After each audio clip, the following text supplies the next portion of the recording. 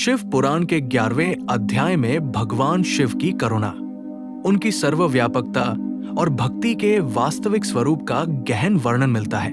इस अध्याय में ये स्पष्ट किया गया है कि शिव केवल संहार के देवता नहीं हैं, बल्कि वे सृजन, पालन और मोक्ष के भी आधार हैं। जो व्यक्ति निष्कपट भाव से उनकी शरण में जाता है, उसके जीवन के कष्ट स्वतः दूर होने लगते हैं। इस अध्याय में बताया गया है कि संसार में जो भी सुख और दुख दिखाई देते हैं, वे कर्मों के परिणाम हैं। मनुष्य अपने कर्मों के अनुसार ही फल भोगता है, परंतु भगवान शिव की भक्ति से कर्मों के बंधन शिथिल हो जाते हैं। शिव भक्ति मनुष्य को अहंकार, लोभ और मोह से मुक्त करती है। जब साधक अपने भीतर के विकारों को पहचान कर उन्हें त्याग देता है, तभी उसे सच्चे ज्ञान की प्राप्ति होती है। शिव पुराण के अनुसार भगवान शिव निराकार होते हुए भी साकार रूप में भक्तों को दर्शन देते हैं। वे भस्म, जटाजूट और चंद्रमा से युक्त रूप में ये संदेश देते हैं कि संसार की भौतिक वस्तुएं नश्वर हैं।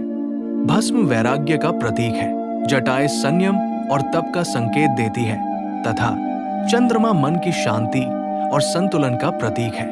इन प्रतीकों के माध्यम से शिव ये सिखाते हैं कि जीवन में संतुलन और संयम अत्यंत आवश्यक है। अध्याय में ये भी बताया गया है कि सच्ची भक्ति किसी बाहरी आडंबर की मोहताज नहीं होती। न तो महंगे यज्ञ, न ही जटिल अनुष्ठान शिव को प्रसन्न करते हैं। एक सरल हृदय, सत्य आचरण और करुणा से भरा मन ही उनकी आराधना का सर्वोत्तम मार्ग है। जो व्यक्ति दूसरों के दुख को अपना दुख समझता है, वही वास्तव में शिव का भक्त कहलाता है।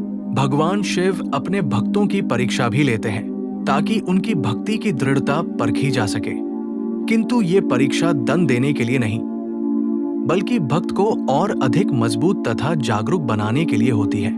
जो भक्त धैर्य और श्रद्धा बनाए रखता है, उसे अंततः शिव कृपा अवश्य प्राप्त होती है। इस अध्याय में मोक्ष के महत्व पर भी प्रकाश डाला गया है। शिव भक्ति का अंतिम लक्ष्य सांसारिक सुख नहीं, बल्कि आत्मा की मुक्ति है। जब मनुष्य अपने अहंकार को त्याग कर ईश्वर में पूर्ण समर्पण कर देता है, तब वो जन्म मृत्यु के चक्र से मुक्त हो जाता है। यही शिव तत्व का सार है। अंत में ये संदेश दिया गया है कि भगवान शिव हर जीव में विद्यमान है। उन्हें बाहर खोजने की बजाय अपने अंतःकरण में अनुभव करना चाहिए।